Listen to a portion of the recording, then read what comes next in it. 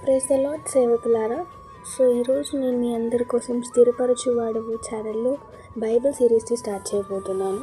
అంటే బైబిల్లోని ఒక్కొక్క కాండం గురించి మీ అందరికీ అర్థమయ్యే విధంగా నా వంతు ప్రయత్నం నేను చేయాలని ఈ పని మొదలుపెట్టాను అన్నమాట. అయితే బైబిల్లోని మొదటి పుస్తకం ఏంటిది అంటే ఆది కాండం. ఆది అనగానే మొదలు లేదా ప్రారంభం అని అర్థం కదండి. కాండము అంటే భాగము లేదా పుస్తకం అని, అంటే ప్రారంభమైన పుస్తకం, అంటే మొదటి పుస్తకం బైబిల్లోనిది ఆది కాండం.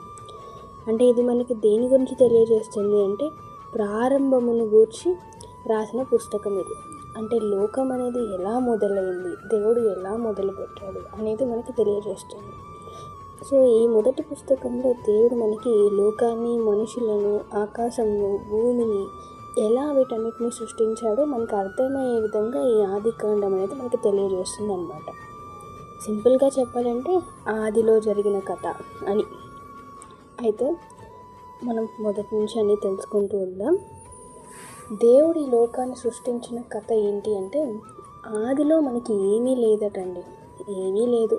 అంటే భూమి ఖాళీగా ఉండేది, లోకమంతా చీకటిగా ఉండేది. దేవుడు ఉన్నాడు, ఆయన నీళ్ళ మీద తన ఆత్మను సంచరింపజేశాడండి. అప్పుడు నీటి మీద దేవుడు తన ఆత్మను సంచరింపజేశాడు.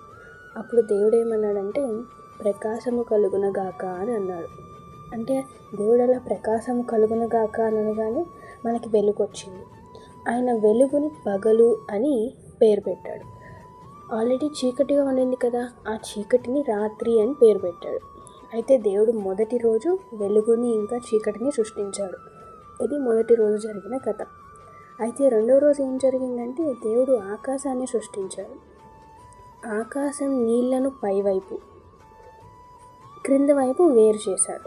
అంటే ఆకాశంని పైవైపు, నీళ్లను కింద వైపు, ఇలా వేరు చేశాడండి. ఇది రెండో రోజు జరిగిన కథ. మరి మూడో రోజు ఏం జరిగిందంటే దేవుడు మన లోకంలో ఉన్న నీటిని అన్నింటినీ ఒక చోటు చేర్చాడు. ఎండిపోయిన భూమిని మొత్తం బయటకు రానిచ్చాడు. అంటే నీళ్ళున్న ప్రదేశాన్ని మొత్తం ఒక చోటుకు చేర్చి ఎండిపోయిన భూమిని అంతా మరో చోటకు చేశాడు.